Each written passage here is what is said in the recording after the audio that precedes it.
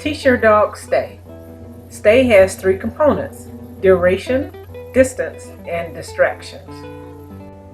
Only teach one component at a time, and always release your dog from stay before the dog decides to get up on her own.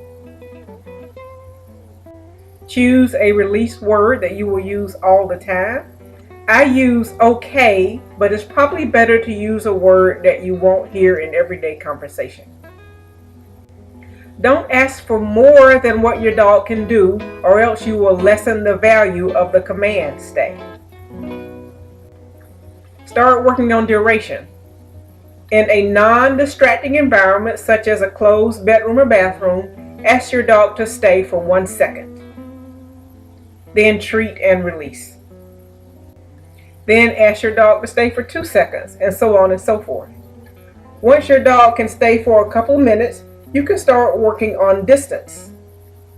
But when you work on distance, don't ask for as long of a sit. Back up on the duration while you're working on distance. For instance, if you're going to walk backwards, only do it for a second and come back. As a matter of fact, you don't want to do too much distance at once. Don't even step back the first time. Just bring 1 foot backwards and then bring it back and treat and release your dog. Then later on, you can take 1 step back, 2 steps, and so on and so forth. Remembering to never ask for more than what you think your dog can do. When you are ready to work on distractions, make sure that you decrease what you ask for in duration and distance. For instance, if you've only done a short time on distance and duration, you don't want to ask for a stay at a dog park, such as what Pudding is doing here, because that's just too many distractions to start out with.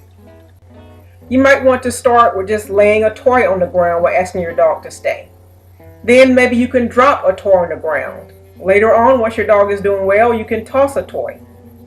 Later on, you can have someone else run by or toss a toy. Or you can have someone walk by with a calm dog. Then maybe run by.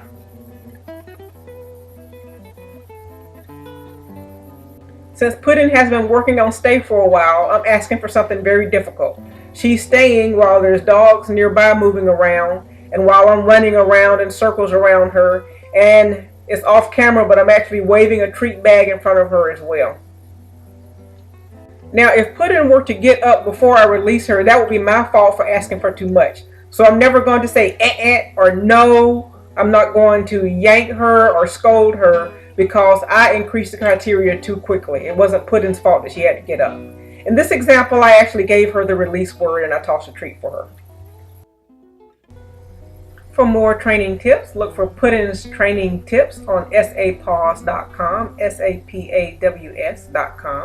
Check out our webpage, stubbypudding.com, and like us on Facebook. Search for Stubby Pudding. Thank you.